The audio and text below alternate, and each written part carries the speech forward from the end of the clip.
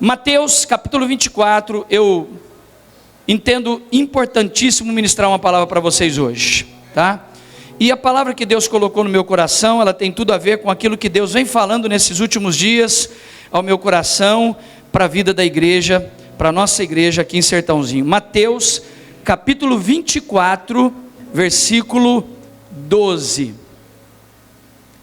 13. Mateus 24, 13, para ganharmos tempo. Aquele, porém, que permanecer até o fim, esse será salvo. Aquele, porém, que permanecer até o fim, esse será salvo. Vamos falar juntos? 1, 2, 3. Aquele que permanecer até o fim será salvo. Mais uma vez. Aquele, porém, que permanecer até o fim será salvo. Há duas linhas teológicas interpretativas desse texto. Olhe para mim agora, evite sair do seu lugar. Eu vou ser o mais rápido, cirúrgico possível. Há duas linhas teológicas dentro dessa ótica desse texto.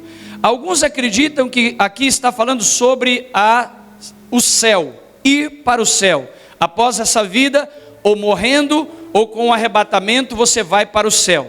Alguns acreditam que quem permanecer firme não passará por esses sofrimentos que o texto, os versículos anteriores estão falando do princípio das dores, das dificuldades.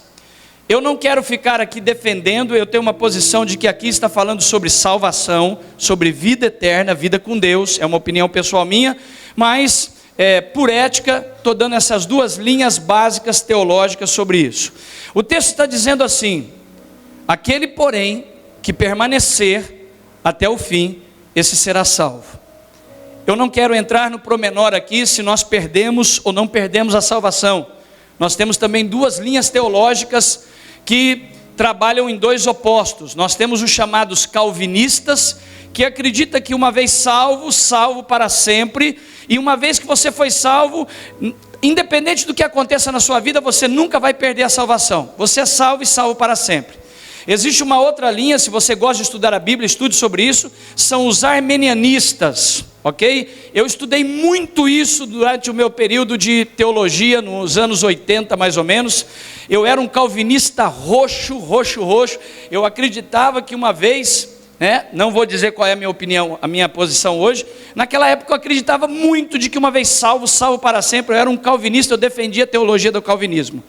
E a outra linha teológica são os arminianistas, que eles acreditam que você pode perder a salvação, dependendo de como você caminha com a sua vida com Deus, e se você se desviar de Deus, se distanciar de Deus, você vai perder a salvação, mesmo tendo alcançado ela um dia.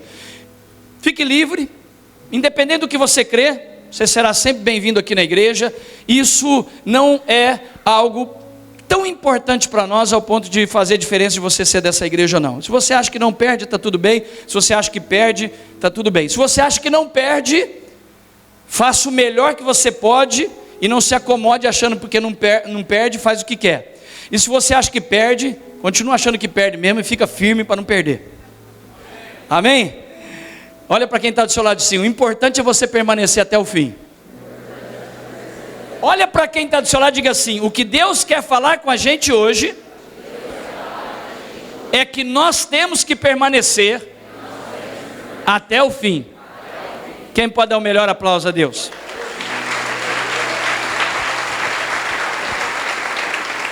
Nesses últimos dias, Deus tem falado muito comigo sobre as bases da igreja. Voltarmos a ministrar sobre as bases da igreja. Não que nós não temos feito isso, mas voltar aos fundamentos da igreja.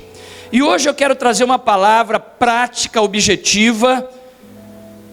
O texto está dizendo: aquele, porém, que permanecer até o fim, esse será salvo. Bom, pense comigo. Se quem permanecer até o fim será salvo, nos caminhos de Deus, na vida com Deus, no caminhar com Deus, os que não permanecem e que mesmo que você tenha vivido anos, mas você se distancia dos caminhos de Deus e deixa a sua fé e as práticas da sua fé, você vai perder a salvação. O texto nos dá uma margem para interpretarmos isso. E eu queria então hoje falar de pelo menos 7 coisas muito rápidas que levam as pessoas a não permanecerem em Deus. 7 possíveis coisas que podem levar uma pessoa a deixar de estar na casa de Deus. Pastor, mas o que tem a ver estar com Deus e estar na igreja? Eu vou ser muito honesto e sincero com você. Cristianismo fora da igreja não existe. A própria palavra diz: não seja como alguns que deixaram de frequentar a casa de Deus. É como uma planta fora do jardim. Um dos principais erros de algumas pessoas é acharem que elas podem viver um cristianismo ausente da igreja, viver um cristianismo só vendo televisão em casa. E hoje com essa tecnologia, nem vou na igreja mais, eu ouço uma mensagem em casa e vivo o meu cristianismo em casa. A Bíblia fala que eles se reuniam de casa em casa e no templo semanalmente, todos os dias eles congregavam. A Bíblia está repleta de textos sobre estar na casa de Deus. Então não entre por esse caminho, que esse caminho, toda pessoa que começa com esse sentimento, ela já está dando passos a desviar. E eu não encontrei até hoje nenhum que continuou uma vida cristã saudável, vivendo distante da igreja, com todas as dificuldades de estarmos relacionando como corpo de Cristo e como igreja. Mas eu anotei aqui 7 coisas que eu queria partilhar com vocês, porque as pessoas, elas não permanecem na igreja. Nós estamos começando o ano, e o nosso objetivo é que vocês permaneçam e que você viva esse ano todo sem se desviar dos caminhos de Deus, firme aqui na igreja, buscando a Deus, e que esse ano seja o melhor ano da sua vida espiritual, ok? Quem pode dizer amém? Amém. Primeira razão porque as pessoas, elas não permanecem na igreja, porque infelizmente as pessoas não permanecem na igreja, porque elas têm um sentimento de depositar sua confiança totalmente em pessoas, e essas pessoas a decepcionam. Deixa eu ser prático e objetivo com vocês. Essa semana uma pessoa da igreja me disse: pastor, eu confiei em algumas pessoas, eu me entreguei para algumas pessoas, e essas pessoas me decepcionaram. Eu abri segredos para elas. Essas pessoas são da igreja. Eu disse: querida, infelizmente eu tenho que dizer para você que isso é uma verdade, que infelizmente você vai ter que conviver com ela. Porém, nós precisamos ser maduros. O fato de você estar na igreja não significa que você tem que sair daqui e ficar expondo a sua vida para todo mundo. Nem todo mundo tem estrutura para ficar ouvindo a sua vida. Nem todo mundo tem estrutura para ouvir as suas lutas e os seus problemas. Então nós precisamos ser maduros. Eu percebo que muitas pessoas começam a vir para a igreja, daqui a pouco elas saem da igreja e você encontra: mas o que aconteceu? Eu tive um problema com o irmão. Eu tive um problema com o irmão lá da igreja. Eu fiz um negócio com o irmão e ele não foi fiel, ele não honrou. Ele fez um negócio financeiro comigo e ele não honrou a palavra dele. Depois, diante da situação do aperto, ele começou a mudar a postura comigo. Eu fiz um negócio com ele, ele não honrou o compromisso de me pagar. Eu entrei num acordo, ou eu me envolvi com aquela pessoa, saí, confessei meus pecados para ela. Quando fui saber, ela já falou para todo mundo. Uma das principais razões, observando que as pessoas às vezes saem da igreja, porque elas se entregam totalmente para muitas pessoas, sem maturidade, sem analisar bem para quem está se entregando. Às vezes em relacionamentos, você entra num relacionamento, vai se entregando, e daqui a pouco você entra num enrosco, e daqui a pouco você quer ir embora da igreja. Nós já tivemos vários casos de pessoas que vieram para a igreja e saíram: pastor, eu não tenho nada com o senhor, não tenho nada com os pastores, mas eu tive uma indisposição com uma pessoa lá da igreja, e eu não quero estar mais no mesmo ambiente que ela, e eu vou sair da igreja. Então deixa eu dizer para você, a sua fé, primeiro você tem que ser maduro, para não se entregar de uma forma não madura, para você não depois se decepcionar e dizer assim: não vou ficar mais na igreja. Então tenha maturidade. Outra coisa que eu queria dizer para vocês dentro disso, é muita coisa, que eu queria dizer para você é o seguinte: conhecer uma pessoa agora Querido, vai devagar. Às vezes você conhece a pessoa hoje, já está levando para dentro da sua casa e leva, e vai uma vez, vai duas vezes, vai três vezes, sai para jantar, aí acaba com todas as outras amizades que você tinha e foca 100% naquela, até a próxima decepção. Aí você vai para a próxima decepção e vai para outra decepção. Então amadureça, cuidado com seus relacionamentos. Relacionamentos que você deposita muita confiabilidade, você se entrega demais, você vai ter um problema depois e você vai pensar em querer sair da igreja. Então seja maduro para isso. Dá um abraço no irmão e diga assim: pensando bem, vamos mais devagar, vamos ser amigos, mas vamos devagar, tá bom? Talvez seja a oportunidade que você tem para dizer para ele o que você estava precisando falar, tá bom? Por que as pessoas saem? Decepções com pessoas. Outra coisa, olhe para mim, isso aqui é muito forte. Por que as pessoas às vezes não permanecem? Quem permanecer até o fim será salvo, quem não permanecer, e tudo que o diabo deseja é causar situações para que você não permaneça na igreja, porque tudo que o diabo, veja, nós estamos lutando contra o mundo espiritual, o diabo não quer que você fique na igreja, desde o primeiro dia que você pisou nesse lugar, que você entregou sua vida para Jesus, ou que você começou a vir para cá, o diabo ele fica 24 horas tentando tirar você do caminho, e ele vai usar as mais diversas estratégias. Às vezes ele usa exatamente algo que no início é tudo maravilhoso, você se entrega às pessoas, se decepciona com pessoas, e aí depois você vai descobrir, poxa, fiz a bobeira, me entreguei para a pessoa, e aí você vai sair da igreja. Segunda coisa, decepção com expectativas falsas. E aqui, desculpe, Deus tem me falado para entrar nesse assunto. Não existe evangelho fofinho. Não existe cristianismo só de bênçãos e prosperidade. Vocês estão ouvindo um pastor que acredita na prosperidade, que experimentou e experimenta a prosperidade. É uma das coisas que eu mais ensino. Eu viajo há 18 anos no Brasil ensinando sobre prosperidade financeira, como ter saúde financeira. Esse é um dom que Deus me deu, um ministério que Deus colocou na minha vida. Vocês têm um pastor que acredita na prosperidade também material, mas eu quero dizer para vocês que se tem algo que nós vamos fazer esse ano, é falar de prosperidade espiritual. E eu quero dizer para você que vida com Deus não é uma vida isenta de problemas.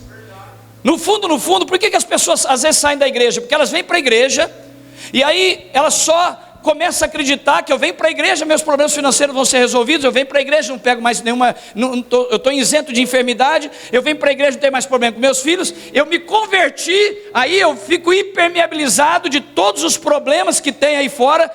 Infelizmente eu tenho que dizer para você, que mesmo estando em Deus, você vai possivelmente passar por lutas. Estando em Deus, quinta-feira o tema da mensagem foi essa, Hebreus 11, muitos viveram a fé passando por muitas provas, mas viram a promessa se cumprir. Mas o texto de Hebreus diz, mas muitos viveram a fé, morreram sem ver as promessas se cumprir. Muitos foram cerrados ao meio, mortos, queimados. Nós temos hoje milhões de evangélicos, de cristãos no mundo, como países comunistas como Coreia e outros, aonde se eles declararem abertamente são mortos, cerrados, queimados, colocados em campos de concentração. Não estou falando de algo que aconteceu, estou falando de algo que acontece hoje. Então viver com Deus não significa estarmos isentos de problemas. Você pode ter uma situação de saúde, Deus cura. 10 leprosos chegaram diante dele, só um foi curado, só um voltou para agradecer. Quantas pessoas passaram por Jesus e nem todas foram curadas? Talvez você esteja aqui passando um momento muito difícil da sua vida financeira, e você diz assim, poxa, mas eu entreguei minha vida para Deus, estou firme na igreja, estou firme nos caminhos de Deus, mas eu estou passando tanta luta financeira. O fato de você ter se convertido não significa que você não vai ter mais problemas. Então nós precisamos ajustar nossas expectativas. Se Deus fizer, como cantamos a canção quinta, Ele é Deus. Se Ele não fizer, Ele continua sendo Deus. Se tudo der certo, Ele é Deus. Se não der certo, Ele continua sendo Deus. Levante as mãos o mais alto que você pode. Esse ano de 2020, nós estamos ajustando a nossa vida com Deus. Diga comigo bem forte assim, se Deus fizer, Ele é Deus. Se não fizer, eu vou continuar firme em Deus. Quem pode aplaudir a Deus? Eu não estou aqui fazendo apologia de que Deus não vai fazer. Levante as duas mãos o mais alto que você pode. Deus fará grandes coisas esse ano na sua vida, mas se Ele fizer ou não fizer, nós continuaremos firmes em Deus, amém? Independente do que aconteça, vamos continuar firmes em Deus, vamos ajustar nossas expectativas. Muitas vezes nossas expectativas estão num evangelho de prosperidade, voltado a, se Deus curou, se Ele não curou, então não quero mais Deus. Deus me abençoa financeiramente, beleza, se Ele não abençoou, não. Nós temos um evangelho hoje que infelizmente ele está balizado em cima disso. Eu acredito na prosperidade, mas ela não é a base da minha vida. A base da minha vida é a vida com Deus. Diga: o céu existe. O céu existe. Amém? Outra, falta de maturidade espiritual e de vida com Deus. Por que as pessoas saem da igreja, param de caminhar com Deus? Porque elas param de orar, porque elas param de ler a Bíblia, e elas vão vivendo um cristianismo muito raso. Elas gastam mais tempo com a televisão do que com a palavra. Desculpa. Quanto mais eu me envolvo com a palavra, quanto mais eu me envolvo com Deus, mais eu tenho certeza de que eu preciso estar nos caminhos de Deus. Quanto mais eu me envolvo com a leitura da palavra, quanto mais eu me alimento da palavra, quanto mais eu leio a palavra de Deus, quanto mais eu oro, quanto mais eu vou me envolvendo com Deus, me relacionando com Deus, menos chance eu tenho de me afastar da igreja. O apóstolo Paulo disse assim, à igreja de Coríntios: eu tenho que dar para vocês leite, porque vocês ainda são crianças na fé. Eu não posso dar alimento sólido para vocês. Se eu der alimento sólido para vocês, vocês não vão suportar, porque vocês ainda são crianças na fé. E eles viviam brigando entre eles. Um era de Paulo, outro era de Apolo. É mais ou menos como se fosse aqui na igreja: um é de Paulo, um é de Arão, um é do pastor Ueto, pastor Du, pastor do Mateus. Eu prefiro fulano. Não existe isso. Nós precisamos amadurecer e crescer. Há muitos anos atrás, Deus falou comigo naquele texto em que o profeta saiu e Deus mandou ele para ir para uma cachoeira e tinha um fio de água caindo. E Deus falou comigo naquele texto dizendo que nós precisamos aprender a beber de uma cachoeira ou beber de um fio de água. Não é só quando eu estou aqui. Deus me usou para ser o pai dessa casa. Deus me usou para fundar essa igreja. Mas quando o pastor Paulo sobe aqui, quando a pastora Sônia sobe aqui, quando o pastor Eduardo, pastor Uerto, pastor Mateus, todos os nossos pastores sobem aqui e vão ministrar, eles estão sendo instrumento de Deus. Então venha aberto para receber, venha para receber. Deus fala com quem Ele quer. Se Deus usou um burro para falar, não vai usar uma pessoa? E nós precisamos amadurecer. Pessoas às vezes se afastam, não conseguem permanecer, porque infelizmente não amadurecem espiritualmente, não se tornam pessoas adultas espiritualmente. E nós vamos ver vários textos que a gente podia trabalhar sobre isso. O apóstolo Paulo dizendo sobre amadurecer, se tornar varão perfeito. Varão perfeito ali não fala de perfeição, fala de vida madura, adulta. Nós precisamos nos tornar pessoas assim. Uma outra coisa que leva as pessoas a se distanciarem da igreja, eu vou falar isso com todo carinho, é aquelas pessoas que não querem viver relacionamentos dentro da igreja. Pastor, o senhor acabou de dizer no primeiro ponto dessa mensagem que eu tenho que tomar cuidado de me envolver demais com relacionamentos. Uma coisa é algo exagerado, para um lado, a outra coisa é não ter relacionamentos, porque a Bíblia diz em Provérbios 18 que o solitário, o que quer viver solitário na vida cristã, a Bíblia diz assim: o solitário se levanta ou agride a própria sabedoria. Não existe cristianismo isolado. Então eu vou dar uma sugestão a vocês que estão chegando na igreja. Se envolva numa célula, um grupo pequeno que nós temos aqui. Nós temos mais de 20 grupos que você pode participar, de casais, de jovens, de mulheres.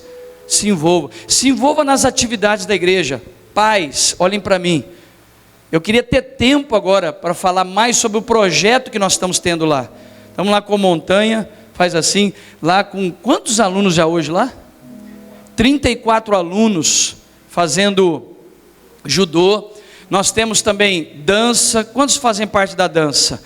Nós temos música, nós temos teatro. Então leve seus filhos, envolva seus filhos nos trabalhos da igreja.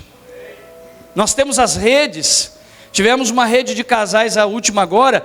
Nós não tínhamos muitos casais, tínhamos um número razoável de casais, menos do que temos potencial de ter, mas foi maravilhoso, maravilhosa a reunião que nós tivemos aqui.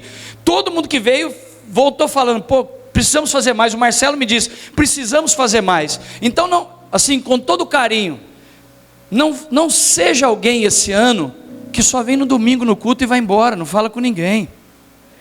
Tenta chegar mais cedo, vem tomar um café. Para que nós temos aquele café ali? Para você vir, sentar, ter uma comunhão antes. Não acaba o culto, sai daqui sem falar com ninguém.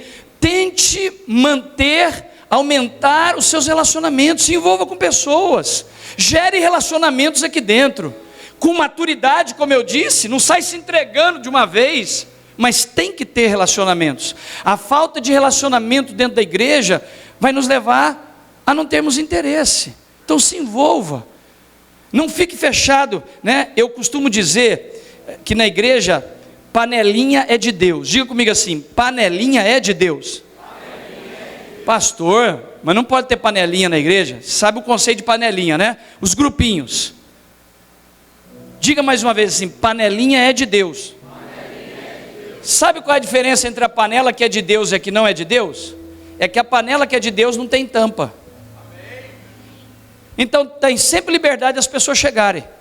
Levanta as duas mãos o mais alto que você pode e diga assim: ainda que eu esteja num grupo fechado, os meus amigos aqui dentro, esse ano eu me abro para novos relacionamentos. Quem pode aplaudir a Deus e bradar de vitórias? Amém?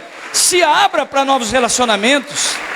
Amplie o seu leque de relacionamentos, amém? Com maturidade, como eu disse, mas amplie o seu leque de relacionamentos. Isso aqui eu vou trabalhar em causa própria agora, tá? Causa própria minha e da minha equipe pastoral aqui. Olha para mim, vocês estão vendo esse cara que vocês estão vendo aqui? Pensa num cara cheio de defeito. Você não pode nem ficar muito perto. Pensa numa pessoa cheia de defeito, não é, nenê? Tá vendo?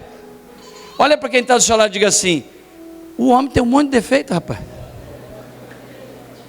Eu nem vou olhar para a Sônia agora, que o Senhor tenha misericórdia. Essa mulher, quando morrer, vai para o céu direto, e ainda vou segurar na perna dela para poder entrar.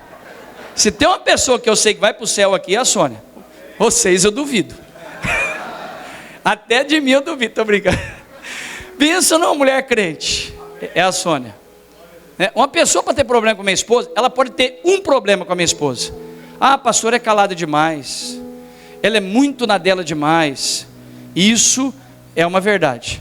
Mas se uma pessoa chegar e falar assim: eu estou com um problema com a pastora Sônia, pode pôr a mão que vai ficar encapetada. Agora, se ela falar para você: você não acredita que eu tive um problema com o pastor Arão? Acredite que é possível. Então pensa num cara que tem seus defeitos. Pastor Paulo é mais santo que eu, mas tem seus defeitos. O Du é pior que eu, estou brincando. O Du tem temperamento forte. Diga assim: os nossos pastores têm defeitos. Por que as pessoas às vezes saem da igreja? Porque elas olham, vou até sentar aqui perto de vocês. Vai um pouquinho mais para lá, Tiaguinho. Aquele lugar ali, ele tem poder de beatificação. Você subiu ali, parece que incorpora quase que um santo. Né? Então as pessoas tendem a olhar para quem está na frente, né? Até o ministro de louvor, né, Marcelo? Ai, se você tiver um erro, alguma coisa. Então, eu não estou dizendo que aqui é lugar para pessoas que não têm uma vida com Deus. Amém?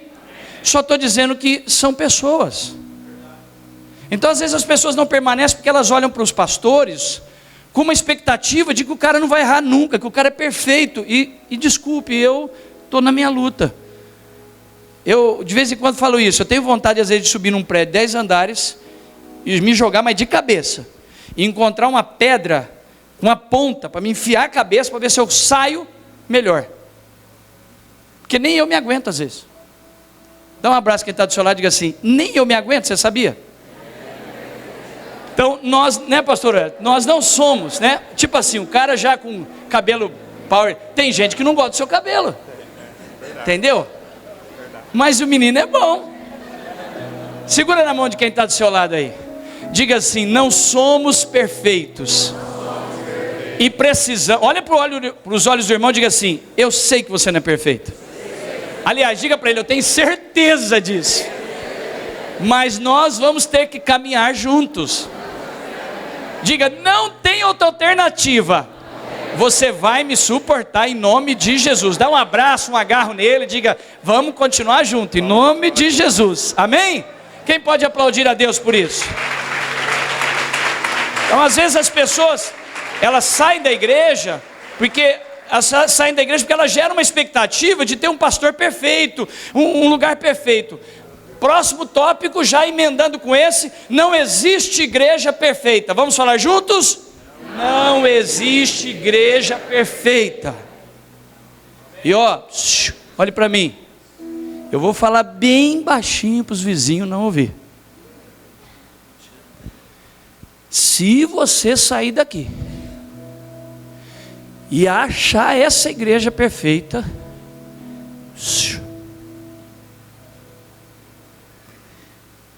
não entre e não fique lá, para não estragar ela. Sai de ré quietinho, deixa eles lá, perfeitos. Não existe igreja perfeita, não existe pastor perfeito, não existe lugar perfeito. Existem pessoas imperfeitas buscando Deus. Casados, olhem para mim. Hoje minha definição de casamento é essa: casamento é a união de duas pessoas imperfeitas buscando vencer seus desafios e suas imperfeições. Não existe pessoas perfeitas. Amém? A última, olhe para mim. Está tudo ligado ao que eu falei. Eu só quero que você olhe para mim mais um momento. Por que as pessoas não conseguem permanecer em Deus? Porque no fundo, nossos olhos estão mais voltados para a terra do que para o céu.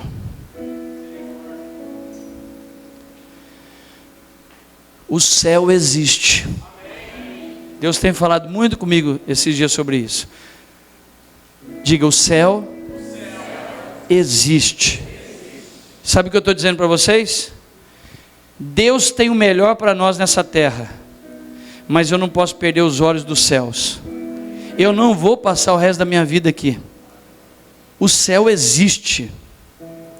O céu existe.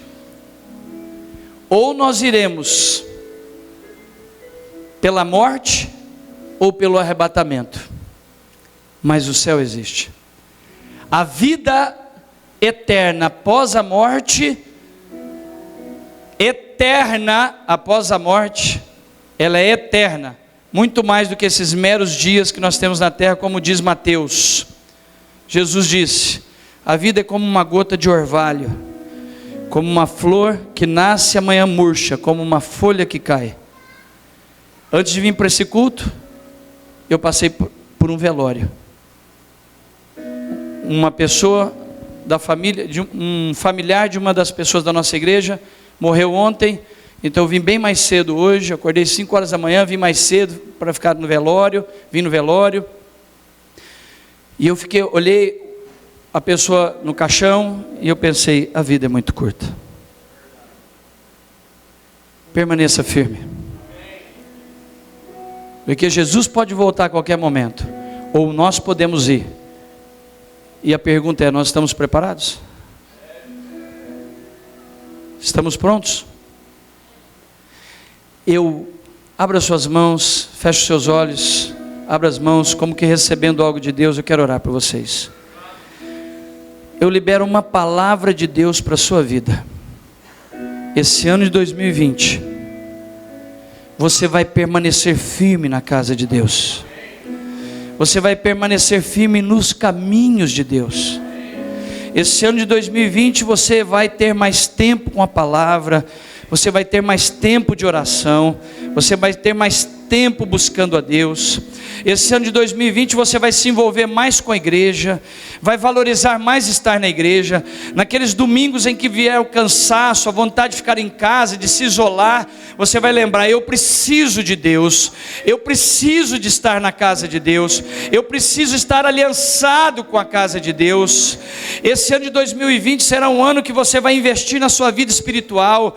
Pais, esse ano é um ano que você vai se envolver em investir, trazer seus filhos para os projetos da igreja, que você vai ter uma visão correta de investir nos seus filhos, envolvendo eles na casa de Deus, e que esse ano seja um ano de muita prosperidade espiritual para a minha vida e para a sua vida. É o que eu declaro em nome de Jesus, amém e amém. Quem recebe, quem se posiciona, dê o melhor aplauso que você pode ao Senhor, amém? Glória a Deus.